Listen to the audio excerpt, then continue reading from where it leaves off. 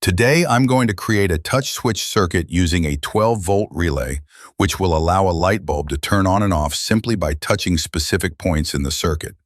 First, I will paste a piece of double-sided tape on the relay to attach it firmly to the surface of my working space, ensuring it doesn't move during soldering. Then I will apply a thin layer of solder on all the pins of the relay to prepare them for better electrical connections. Next, I will take a MOSFET IRFZ44N, a powerful transistor used for switching high currents, and trim its drain pin since it will not be needed in this configuration. I will then solder it carefully to one of the coil pins of the relay, making sure the connections are secure. After that, I'll take a short piece of copper wire and solder it between the relay's coil pin and the common pole pin, which will help route the power through the relay when triggered.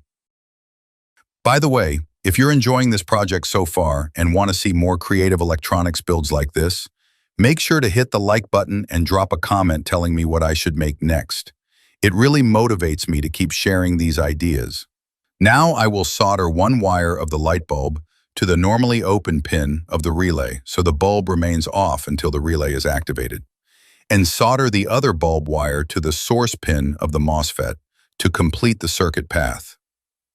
For the power supply, I will connect the negative wire to the MOSFET's source pin and the positive wire to the copper wire that links the relay coil and common pole pin.